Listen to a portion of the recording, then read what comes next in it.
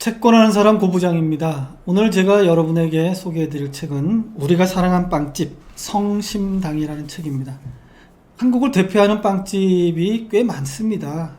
그리고 지방마다 오랫동안 역사를 가지면서 영업해온 빵집들이 많이 있습니다. 대전의 성심당, 튀김소보루하고 판타롱 부추빵이 아주 유명합니다.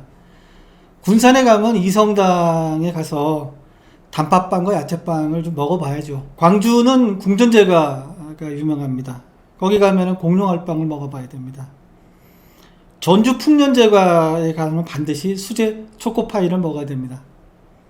안동에 가면 맘모스 제과가 아주 유명합니다. 마카롱하고 호두 슈크림빵 정도는 먹어줘야지 안동에 왔다 이런 생각이 듭니다.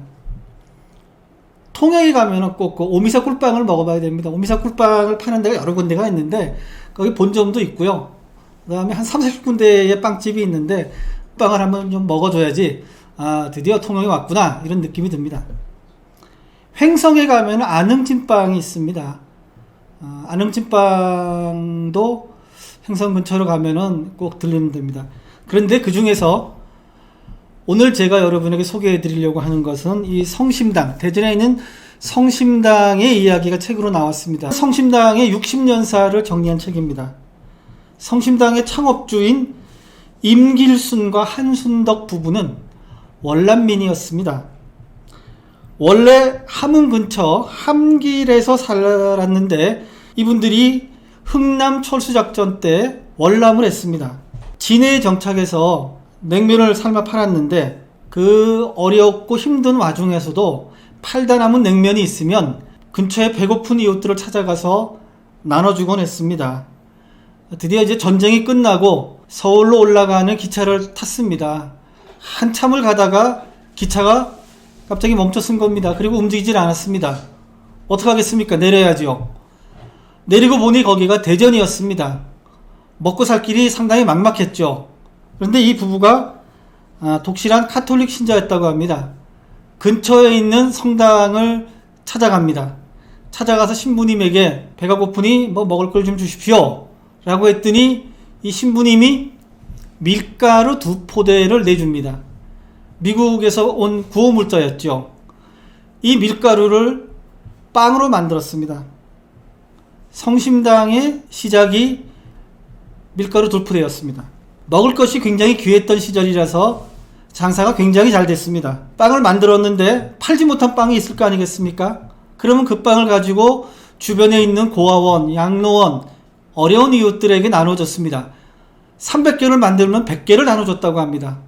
처음 노점상에서 시작했고 그 이후에 번듯한 가게를 얻는데 2년이 걸렸습니다. 한국의 빵은 일본의 빵의 역사를 배웠습니다.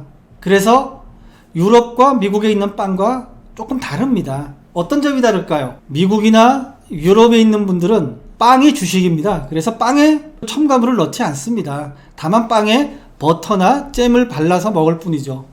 그런데 일본이나 한국은 주식이 따로 있습니다. 빵은 간식일 뿐이죠.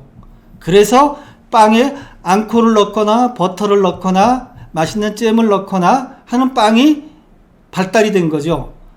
그래서 유럽에서 먹었던 빵과 한국과 일본에서 먹었던 빵이 약간 다를 겁니다. 우리들 입맛에는 한국의 빵이 훨씬 더 맛있을 겁니다. 80년대만 하더라도 한국의 빵집이 많지도 않았을 뿐더러 그렇게 맛있는 빵이 몇 개 없었습니다.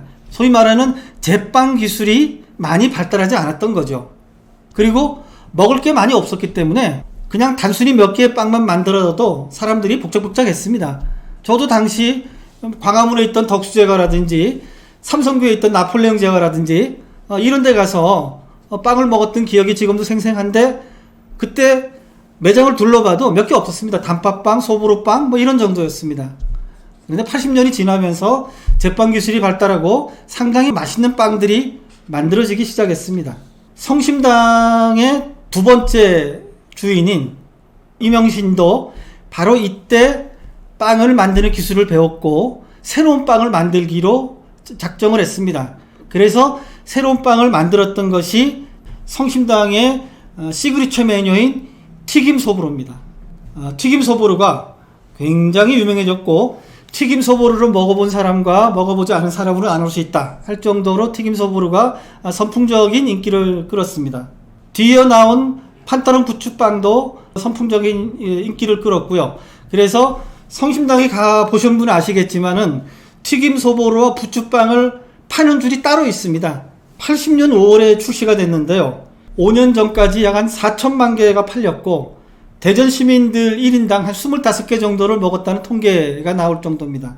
성심당이 마냥 잘 나갔을까요? 그렇지 않습니다. 성심당에 있던 원도심이 사람들이 자꾸 빠져나가고 가게가 비면서 굉장히 휑해졌죠. 그때 2005년입니다. 그때 큰 불이 났습니다. 그래서 성심당의 거의 모든 건물이 다 불에 타고 기계들조차도 다 불에 타서 더 이상 일어설 수 없을 정도로 큰 타격을 입었었습니다. 그런데 바로 그때 주변에 있던 분들 또는 그 거래를 했던 분들이 십시일반 도와줘서 2년 내에 다시 일어설 수 있었다고 얘기를 하고 있습니다. 성심당이 일어서게 된 근본적인 원인은 무엇일까요? 2006년도에 대전에도 지하철이 개통되면서 원도심이 다시 살아났습니다. 사람들이 다시 몰려오기 시작했던 거죠. 어릴 때 먹었던 성심당 빵 또는 요즘 젊은이들이 좋아하는 성심당 빵으로 다시 태어나게 됐던 거죠. 11년에 대전의 롯데백화점에 입점을 한 것입니다. 롯데백화점에 입점하자마자 롯데백화점의 현관에서부터 이 빵집까지 줄이 어마무시하게 많이 섰습니다. 그리고 2012년에는 대전역에도 입점을 했습니다. 성심당이 그렇게 성공적으로 다시 살아났습니다. 바로 이 시점이 SNS, 특히 인스타그램이 젊은이들 사이에 대거 유행했던 시기입니다. 그래서 맛있는 거를 먹는 것도 중요하지만 맛있는 거를 찍어서 서로 공유하기 시작했고, 성심당만이 아니고 이성당이나 풍년제과나 전국에 있는 빵집들을 찾아다니는 일군의 젊은이들이 등장하면서 서로 경쟁적으로 사진을 올리고 하는 것들이 되면서 성심당을 포함해서 각 지역에 있는 터줏대감 같은 맛있는 빵집들이 다시 한번 살아나게 됐던 계기가 요때 마련이 됩니다. 성심당은 1년에 단 하루만 쉰다고 합니다. 전 직원 워크숍인 한가족 캠프 때만 쉰다고 합니다. 자, 그러면 어떨까요? 이 직원들이 만족할까요? 대다수 직원들이 만족할 뿐더러 대전에 있는 청년들이 일하고 싶은 기업의 1등으로 뽑혔다고 합니다. 그리고 굉장히 좋은 기업이 된 거죠.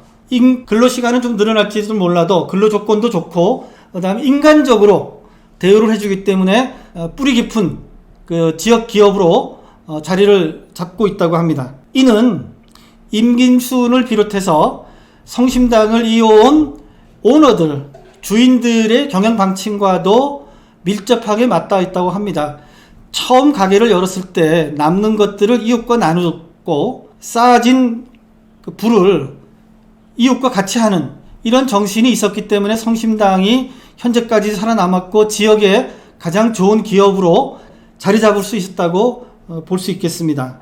책도 한번 보시고 성심당 빵도 한번 먹어보시기 바랍니다. 제가 여러분에게 드리는 별점은 2개입니다.